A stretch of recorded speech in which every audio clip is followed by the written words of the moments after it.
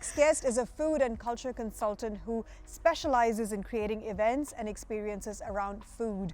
She is the founder of Wasat, a platform for events and conversation, and are focused on food and culture. Please welcome to the show, Leen Al Zaben. Leen, thank you so much for joining us on the show. Thank you so much for having me. I'm really excited to be here. And now I want to know a little bit more about your background, because you're Jordanian and you've been in this scene for so many years. Yes, representing Faris over there. You've been in the scene for so many years. How, according to you, has the region's culinary scene evolved over the years? I think it's been an interesting journey for all of us working in the industry, but also looking at the industry from like the outside on a macro perspective. I think as an Arab culture, we love food. It's our love language. We love to cook, and we have one of the oldest cuisines in the world. But to see how that is kind of taking the stage today is very interesting. And I think in most recent years, especially with Dubai being the hub, the culinary hub of the Middle East, there's so much happening. There's so many young chefs. There's so many new restaurants opening. A lot of the global awards are happening in the region. We just wrapped up MENA's 50 Best. I'm one of the Academy chairs for the Levant region for that awards, and also for the Middle East for World's 50 Best.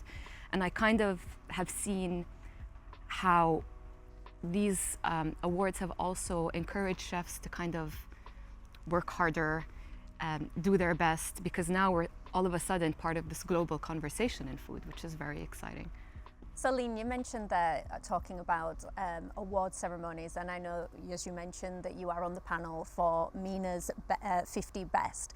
I want to talk about how award ceremonies like this help to elevate regional chefs on a global platform, and also how does it help like lesser known chefs to also get, notoriety? There's so many ways in which that can happen. I think one, the fact that these awards are actually taking place in the region, people are already kind of looking towards it. And then once a restaurant makes it to the list, people look to these lists as guides, as travel guides, as something they use when they travel, where to eat, where to go. So that's one part. And I think being on the list is kind of joining this community. And for restaurants that don't make it on the list, there's something called 50 Best Discovery, where most restaurants in the region who even got one vote will be included on that list. And I think for me, the list is amazing, the award ceremony is amazing, it brings together everyone. When I look at where we started 4 years ago, chefs from Jordan, chefs from Egypt, chefs from the UAE didn't know each other, and all of a sudden now they're all friends, they're all collaborating, they're all working on events together, they're all traveling together.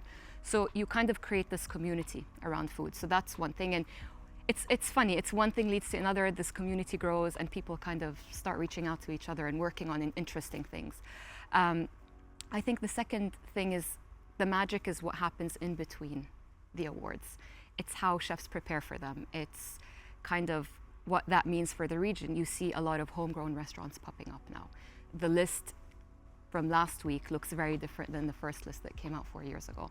And you see a shift in chef-led restaurants, in things that are more focused on regional cuisine, on farm-to-table stuff, on sustainability. So you kind of see these trends popping up, and it's just really beautiful to kind of see. And I'm so excited to see where this takes us in the future too. So, Leen, I'm interested in your opinion when it comes to, obviously the UAE has people from all over the world. We have food from all over the world, which is fantastic. But there are a lot of restaurants that want to mix Lebanese food with Peruvian food, or South American food with Indian food. When is it innovative and when is it too far, in your opinion? I think...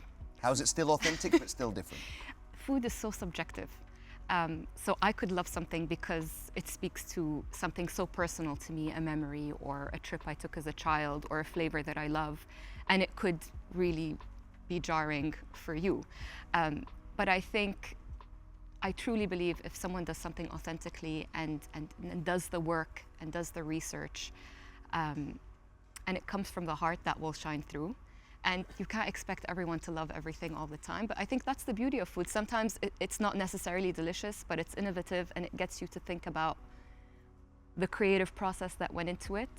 And I find that it's sometimes tricky to judge something, because a chef could have taken like months to develop a dish, and you come in 2 seconds or 2 minutes kind of deem it worthy or not, you know?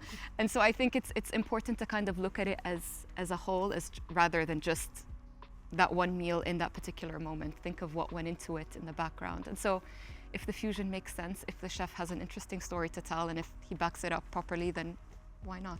I think it goes back to what I said at the start of the show, because every dish, every recipe has a story to tell, and I feel like the storytelling needs to be authentic. Which brings me to the question of food events that take place across Dubai. Some of them have been going on for close to 30 years. Taste of Dubai, Gulf Foods. So my question to you is, how do events like this foster collaboration, discovery, and meaningful connections?